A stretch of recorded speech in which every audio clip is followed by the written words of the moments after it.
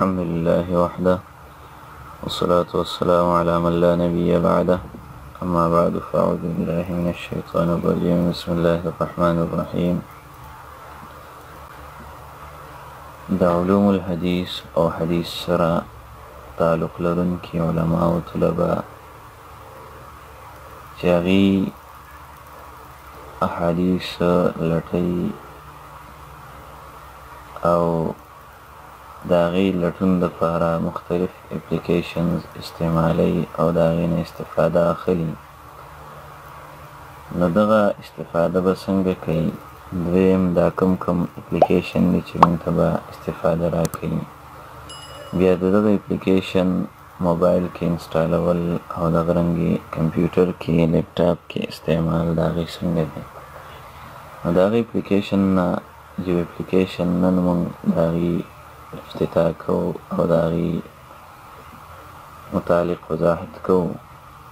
تاسو چې په موبایل کې هر قسم اپلیکیشن انسټالوئ نو د موبایلو دوه قسمه دي.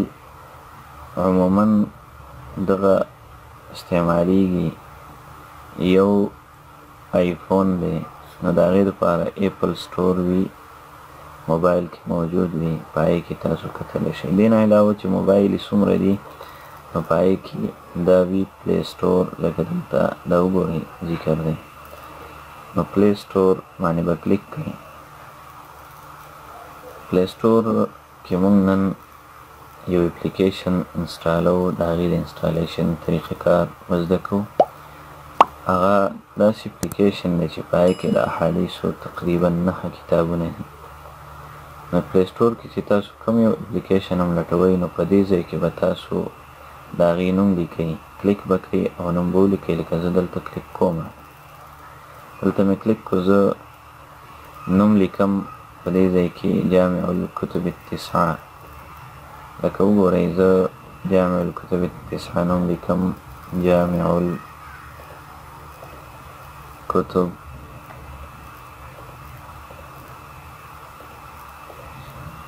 التسعه. چونکې دلته دا لیک راغلی دی نو دا لیکلی به زه کلیک کم نو دا به راشي ډایرکټ. دا زما سره اپلیکیشن راغی، دې اپلیکیشن باندې به دوباره کلیک کوئ.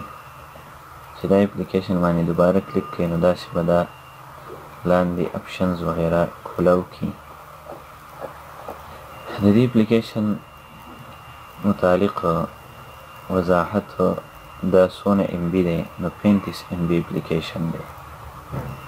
چا جوړ کړی دی؟ العربیه فار انفارمیشن اینډ ټیکنالوژي.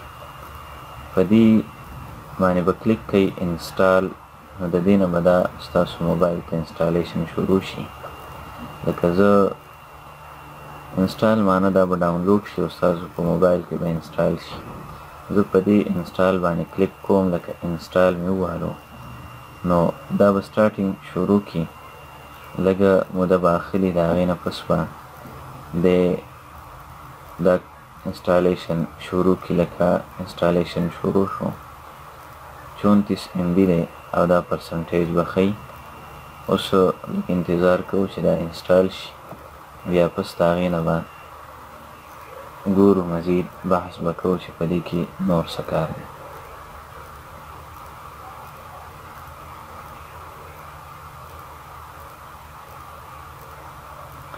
دا پانچ چې دلته لیکلی شوی دی نو دا به تقریبا 100 ته رسي.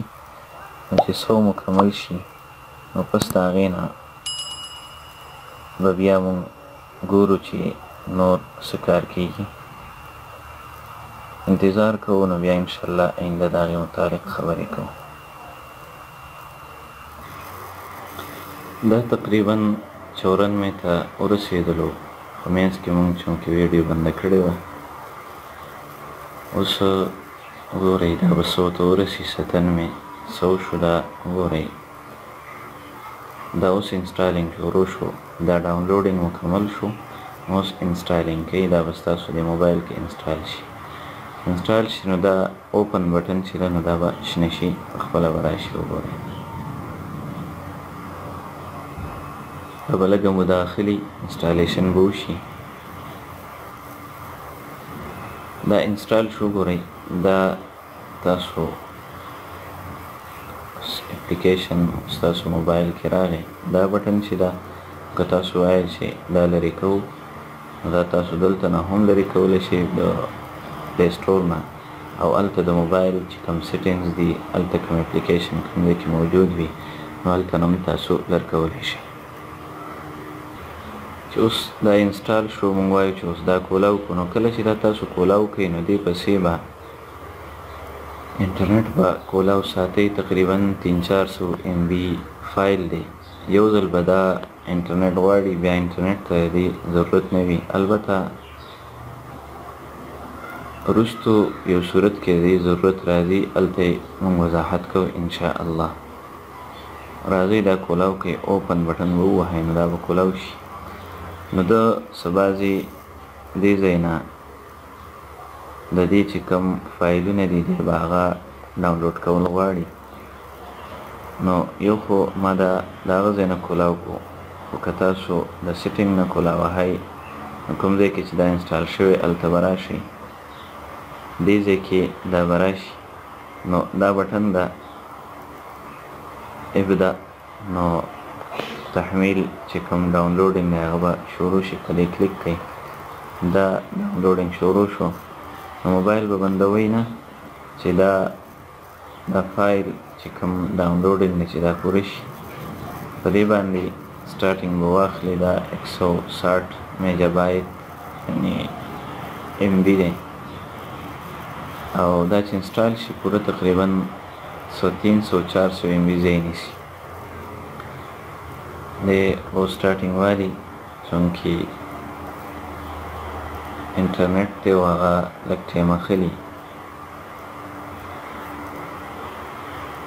هغه د سټارټینګ یې واخیستو دلته دا 160 MB دی دا د MB-یانو نمبر وار دغه دی او دلته پرسنټیج فیصد کې دا ښیي 1% شو دې کې به دی لږ ټایم اخلي دې ته به لږ انتظار کوو انشاءالله